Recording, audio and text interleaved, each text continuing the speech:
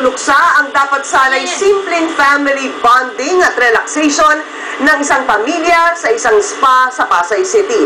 Natagpuan kasing patay at nakalutang sa jacuzzi ang isang ina, ilang minuto lang bago siya iwan ng kanyang mga kaanak.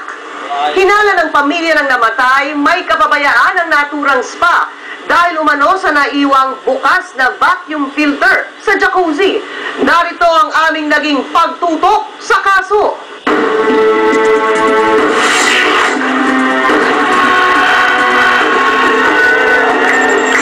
Isang masayang pagdiriwang sa isang restaurant sa Pasay City ang nabidyohan nito lamang nakaraang July 31 ng pamilya De Leon. Naroon si Caroline,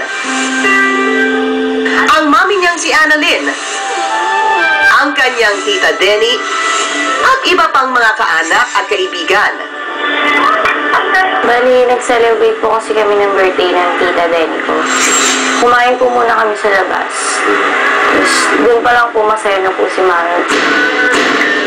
Hindi akalain ni Caroline na iyon na pala ang huling beses na makukunang buhay ang kanyang mami.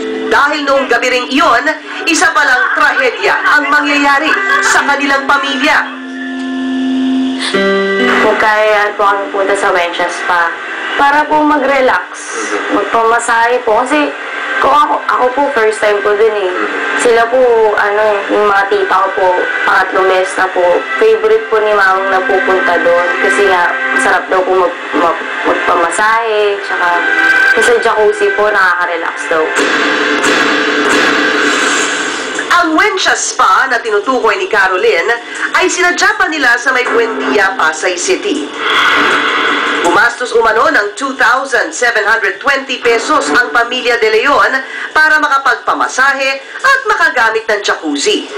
Ang jacuzzi ay karaniwang tumutukoy sa isang uri ng bathtub na may mga bombang nagpapagalaw ng tubig na animoy nagmamasahe. Tandang-tanda pa raw ni Caroline nang lumusom sa jacuzzi ang kanyang mami. Kasi masaya pa nga po siya eh. Dumaan pa po siya doon sa may bubbles.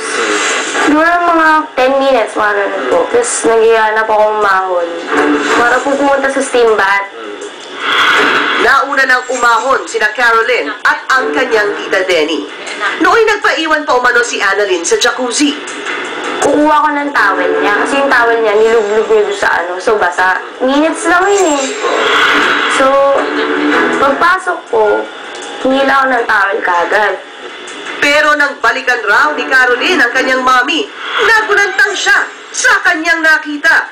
O pagkakuha ko ng towel sa locker room, pagbalik ko, ayun nakita ko na siya, lumulutan na siya. Nagkagulo na raw sila noon, kasabay ng tangkang pagsasalba sa buhay ni Annalyn. Sabi ko, Ma, gising ka. Tapos pagkakita ko kay Mama gano'n, nangingitim na yung labi niya. Tapos napansin ko may pasasya sa mukha. Nahirapan raw silang hatakin si Annalyn dahil sumuot raw ang paa nito sa butas sa malalim na bahagi ng jacuzzi. Sinipir niya naman si Mama, pero parang hindi nga huminga si Mama. Kalaunan, nagawa na rin daw nilang maitakbo si Annalyn sa pinakamalapit na pagamutan.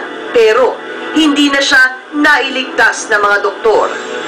Nang isailalim sa autopsiya ang bangkay ni Annalyn, lumabas na asphyxia by drowning o pagkalunod ang ikinasawi ng biktima. Pero bakit nga ba nalunod si Annalyn? Doon na naisip ng pamilya De Leon ang tungkol sa butas sa ilalim ng jacuzzi na siyang nilusutan ng paa ng namatay nilang kaanak. Ang butas palang iyon ay tinatawag na vacuum filter. May sukat itong 5.25 pulgada at may lalim na 3.25 pulgada. Ganyan. Kasya yung pang, babae, diba? Para mas maliit pa yung pang. Kasyang-kasya yung pang. Oh. Tapos sa butas, meron pang parang tubo doon na talagang papasok yung paa mo. Pag talagay ng paa mo, papasok talaga kasi dutulas siya. Magugulat ka. Tapos hindi mo maalis kasi mahatak nga eh. Kasi after nung aksidente, bumalik ulit doon para sa investigation. Tapos nga, nakita nga namin yung takip niya, nandun lang sa gilid ng jacuzzi. Kasi daw, ang sabi ng maintenance doon, February pa daw yun hindi kinakabit kasi nga yung tornilyo daw, sira. So, February hanggang nung July na yon, July 31, hindi pa rin siya kinakabit. Yun ang nakatagal.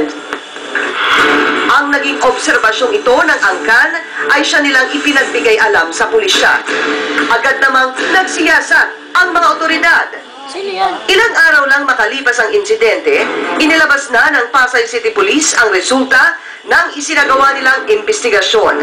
Siguro kung natakpan yung butas na yun, baka hindi rin nangyari ang aksidente.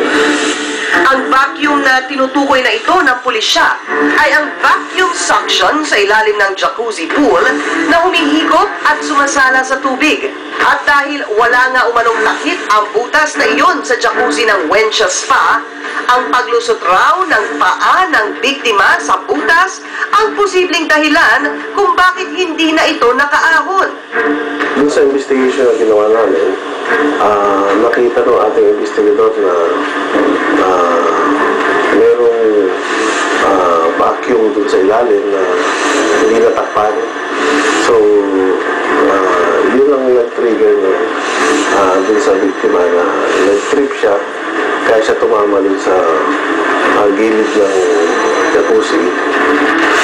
Base sa findings na iyon, inirekomenda ng Pasay Police na sampahan ng kaukulang kaso ang may-ari ng Wencha Spa na sina Bobby Co, Reggie Magsino, Operations Manager, Remy Laurenticman, Operations Supervisor, Larry Navarro at Renato Oca na kapwa maintenance workers ng Wencha Spa. Na-file na po namin yung case para reckless imprudence resulting from management sa Wencha. Dahil sa deklarasyong iyon ng pulisya, lalong nagpuyos sa galit ang mga De Leon. Di raw kasi mangyayari ito kung hindi nagpabaya ang naturang spa. Wala siyang sakit. Walang sakit? Sobrang malakas pa siya. Wala silang nalagay doon na warning na meron doon butas na walang takip. Wala silang nilagay or sinabihan kami ng mga staff doon na nasa locker room na ma'am, meron pong butas doon, baka po magawi kayo doon, iwas na lang po kayo doon, baka kasi mami yung paa nyo. Ang masaklap pa, wala man lang raw ni isang empleyado ng Wencha na sumaklolo sa kanila noong mga oras na pilit nilang isinasalba ang buhay ni Annalyn. Gulat sila. Tapos parang hindi nila alam yung gagawin nila sa mga ganong pangyayari. Kasi gulat sila parang kasama namin sila. Kami pa yung nag-aano sa kanila na tumawag sila ng ambulansya o kaya dali namin sa hospital. Kami pa yung nagsasabi sa kanila. Kaugnay pa rin ito, nag-usisa ang XXX sa Bureau of Permits and License Office ng Pasay City hinggil sa negosyo ng Wencha Spa. Anila, bagamat kumpleto raw sa kaukulang mga permit ang naturang spa, kailangan umano nilang hintayin ang kalalabasan ng isinasagawang investigasyon ng City Engineer's Office. Ito raw ang siya nilang pagbabasehan ng anumang aksyon na kanilang gagawin. The complainants are claiming that there is an open suction doon sa warm pool, which is not our area. So what we did was we referred them to the City Engineer's Office, which I think is scheduled an inspection. I am still awaiting the result of the inspection conducted by the City Engineer's Office and also the City Health Office. Siniguro rin ng Pasay City BPLO na magiging transparent ang kanilang pag-iimbestiga sa kasong ito. Sabi ko sa kanila, even if Wencha is open to settle behind the case, kasi may namatay. The bottom line is may namatay. We have to know what really caused the death. Just in case there is a finding and there is a ground for us to revoke the permit, rest assured that we will. Sa ngalan ng patas na pamamahayag, personal kong pinuntahan ang branch ng Wencha Spa sa Pasay City para kunan ng pahayag ang may-ari nitong si Ginoong Bobby Co o kahit sinong kinatawan. Alam mo ba yung incident?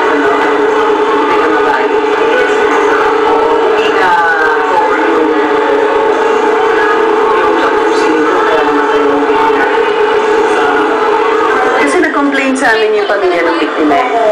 So, to be fair, we also have to get the side of Wencha. Pumunta na kami sa biktima, sa police, tapos kayong